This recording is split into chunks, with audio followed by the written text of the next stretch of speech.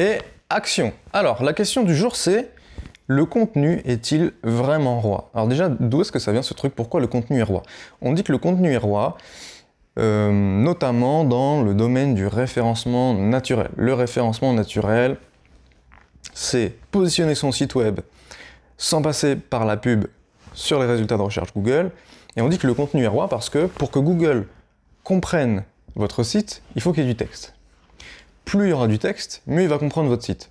Meilleur sera votre texte, et mieux vous serez positionné.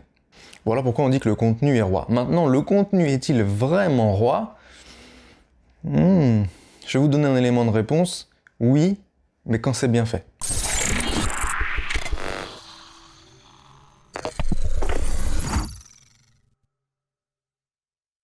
Alors bonjour et bienvenue dans cette deuxième vidéo. Je suis Jérémy Moinereau, consultant expert web marketing spécialisé Google, référencement payant et référencement naturel, fondateur de l'agence ioquery.fr.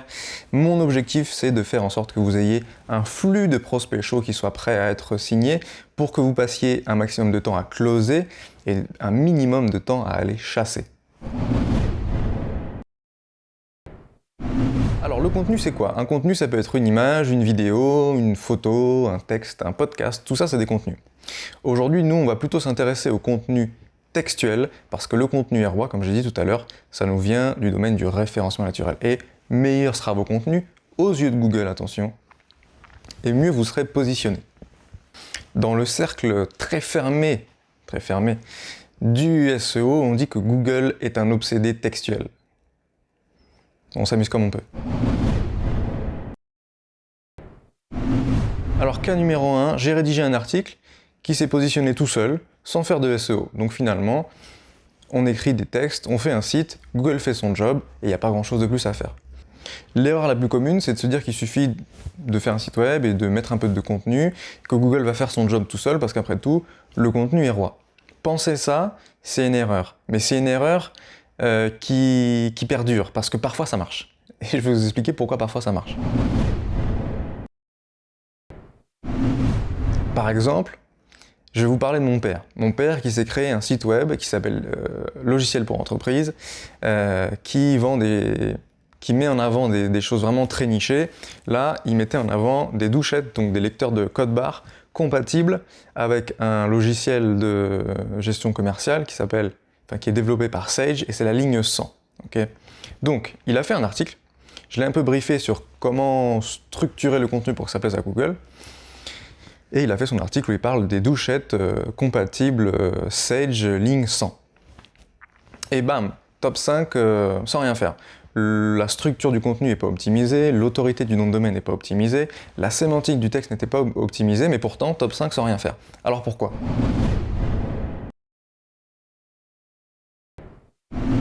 Tout simplement parce que sous le top 5, les autres concurrents n'ont pas fait mieux. Et comme c'est une requête qui est hyper nichée, sur laquelle il n'y a pas énormément de volume de recherche, donc pas énormément de concurrence, eh bien ça a suffi. Et c'est pour ça que des fois ça marche.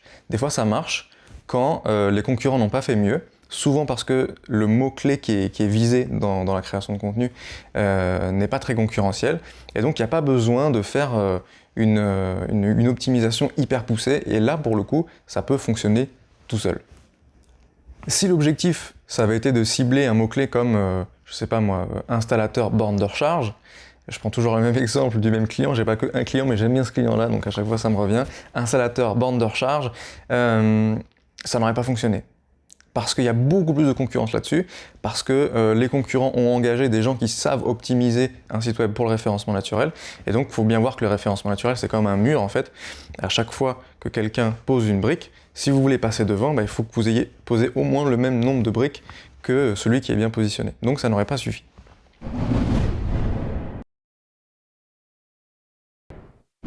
Ensuite, je vous ai mis « ce n'est pas à vous de choisir les mots-clés ». Quand je dis « ce n'est pas à vous de choisir les mots-clés », ça ne veut pas dire que vous ne savez pas ça veut pas dire que vous êtes incapable de vous faire une idée de ce que cherchent vos clients ou vos prospects, mais ça veut dire que, suivant les formulations et suivant la longueur de ce qu'on va chercher dans Google, on va avoir plus ou moins de recherches par mois, et ça va aussi être plus ou moins concurrentiel. Donc idéalement, vous donnez une liste de mots-clés que vous voulez cibler. Ensuite, le prestataire va aller faire sa mayonnaise et va aller regarder en fonction de votre budget si les mots-clés sont atteignables ou pas sous 3, 6 mois ou 12 mois. Et c'est en fonction de ça que vous allez créer une stratégie de contenu en fait.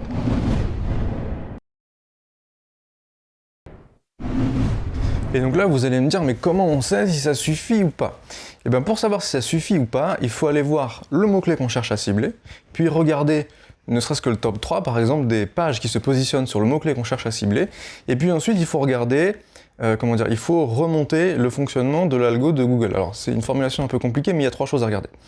Premièrement, combien d'autres sites font un lien vers la page en question. Ça va nous donner une idée de l'autorité de la page et ça va nous donner une idée du nombre de liens que nous, on va devoir faire sur la page pour pouvoir se positionner. Ensuite, on regarde la sémantique du texte. Il y a des outils qui permettent d'évaluer l'optimisation sémantique d'un texte en fonction d'un mot-clé donné. Troisième point, on va regarder les pages qui sont autour. Je vais en parler juste après dans la vidéo, mais en gros, pour bien positionner une page, il faut faire des pages filles de cette page qui vont traiter de sujets connexes. Et donc en fonction de ça, on va pouvoir dresser une stratégie de contenu et se dire, bah voilà, on va cibler tel sujet, enfin tel mot-clé en faisant telle page. En page fille, on aura tel sujet, etc., etc. Et parfois, les mots-clés que vous avez en tête en tant que client, c'est pas forcément les mots-clés les plus intéressants à cibler. Par exemple, j'ai eu le cas récemment, alors on est encore sur le domaine des bornes de recharge, avec un constructeur de bornes de recharge, où le client voulait cibler constructeur bornes de recharge pas cher. Mais en fait, sur constructeur bornes de recharge pas cher, il y a moins de volume de recherche que sur constructeur bornes de recharge tout court. Donc autant optimiser pour constructeur bornes de recharge tout court. Quand le marché explosera et que Google aura estimé que constructeur borne de recharge et constructeur borne de recharge pas cher, c'est pas la même chose, mais on fera une page fille qui ciblera constructeur borne de recharge pas cher. Mais pour l'instant, ça vaut pas le coup.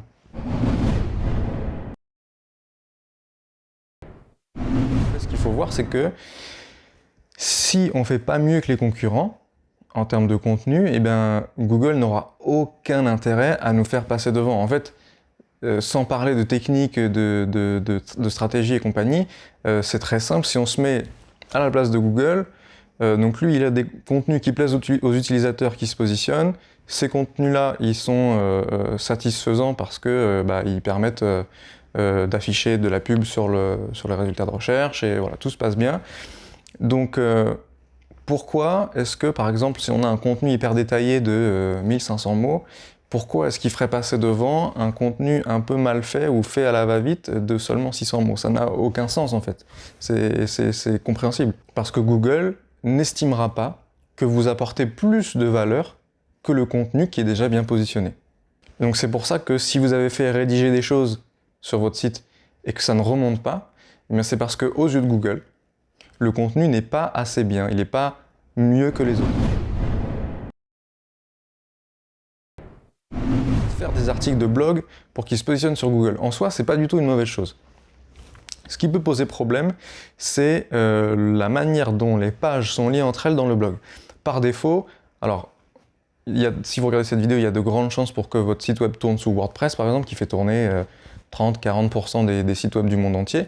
Et sur la partie blog, par défaut, on a une barre latérale sur le côté qui amène soit vers les derniers commentaires, vers les derniers articles, vers les catégories, ou alors le blog peut être aussi archivé en fonction des dates. Et le problème, c'est que avoir une page bien faite, c'est une chose, mais il faut que les pages entre elles soient liées de manière à ce que ça fasse sens pour Google. Donc si sur la page, il y a plein de liens sur le côté qui amènent à droite à gauche et qui font que le lien entre la page de blog ou votre article de blog est pas évident, est pas hyper évident entre votre article et ce qui est lié, ça peut même torpiller votre positionnement en fait.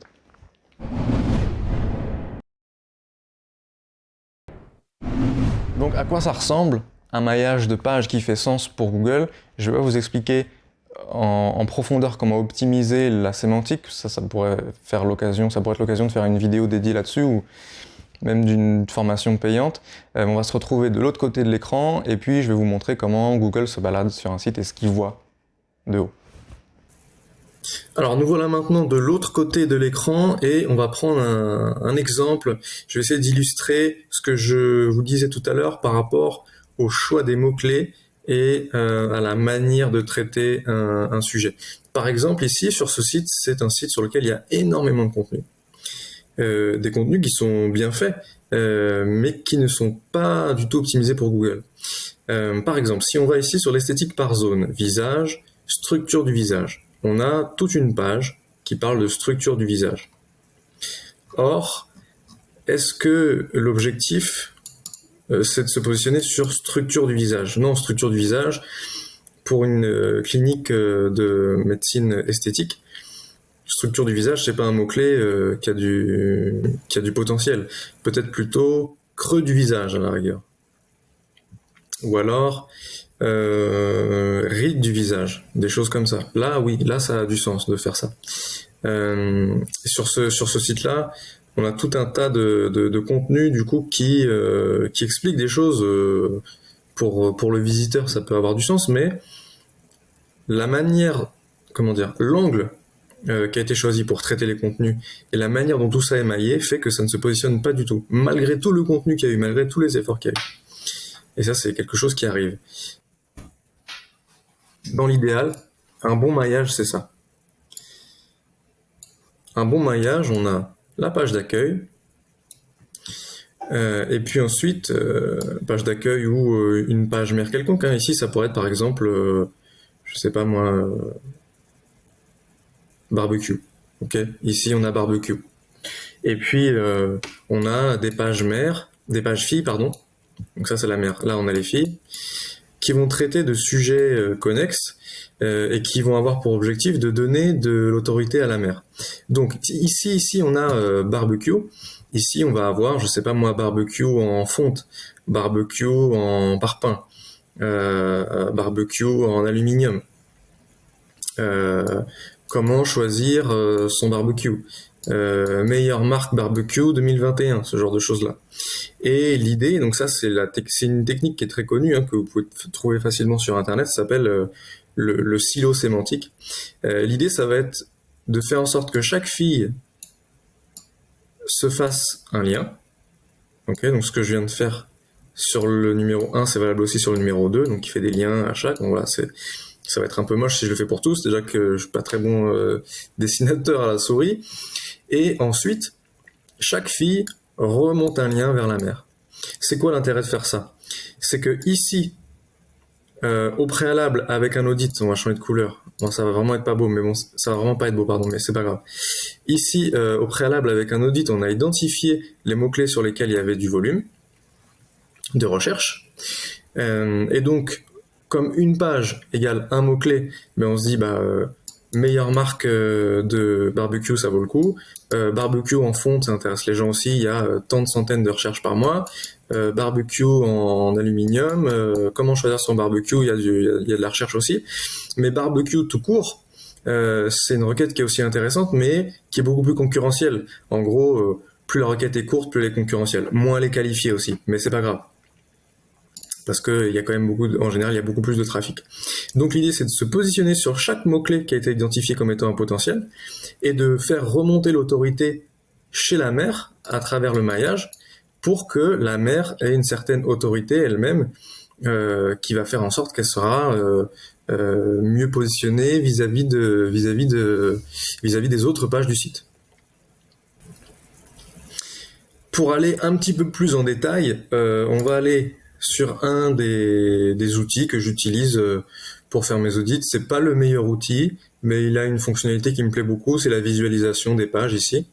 Et donc ici, par exemple, sur ce site, on voit que les grappes de contenu sont pas hyper bien visibles, pas hyper bien définies. Si on en prend un autre, alors, il y a beaucoup plus de pages, mais ça nous permet d'autant plus de nous rendre compte que les grappes sont bien définies.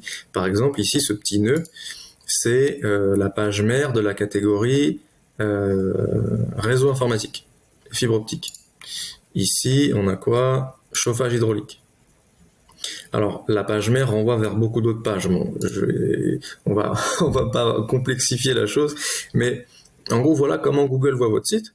Et il faut que chaque nœud ait une famille de filles qui traitent de sujets qui sont liés. Et ça, c'est vraiment très important. L'idée, en fait, c'est très simple, hein, c'est de simplifier la tâche à Google. Plus il aura facilement compris de quoi parle votre site, et plus facile ce sera à comprendre pour lui, mieux vous serez positionné. C'est aussi simple que ça. Si je voulais être un peu tatillon, je dirais que c'est peut-être pas aussi simple que ça, parce qu'il faut aussi que il faut aussi que les textes soient bien optimisés au niveau de la sémantique. Mais bon, le SEO, c'est un puits sans fond, hein. Il faut bien voir que, en gros, le référencement naturel, bah, là, on a quelque chose sous les yeux qui est intéressant.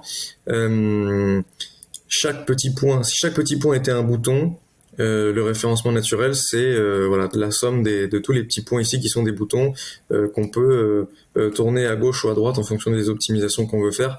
Il y a vraiment plein de possibilités. Comprendre le global, c'est ce que j'essaie de transmettre là dans mes vidéos.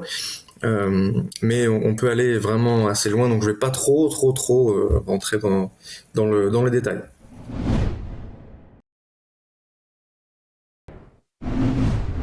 Donc en résumé, le contenu est roi, oui, quand c'est bien fait, et quand ça suffit pour remonter au-dessus des concurrents. Le meilleur conseil que je pourrais vous donner, c'est soit de s'entourer de professionnels ou soit de vraiment se former au référencement naturel, parce que, comme je l'avais expliqué dans la première vidéo, c'est un peu opaque, et puis pour vraiment remonter au-dessus des concurrents sur des mots-clés qui sont assez concurrentiels, c'est quand même pointu, et ça l'est de plus en plus parce qu'il y a une espèce de course à la technologie où il faut que Google puisse de mieux en mieux trier les contenus, être capable d'apporter de plus en plus de valeur aux utilisateurs et comprendre de mieux en mieux les questions pour apporter des réponses de plus en plus en adéquation avec la précision des questions.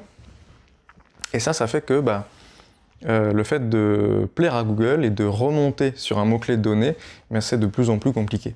Même si la base, c'est la même qu'il y a 5-10 ans, c'est la même base, mais la manière dont les choses gravitent autour a beaucoup évolué.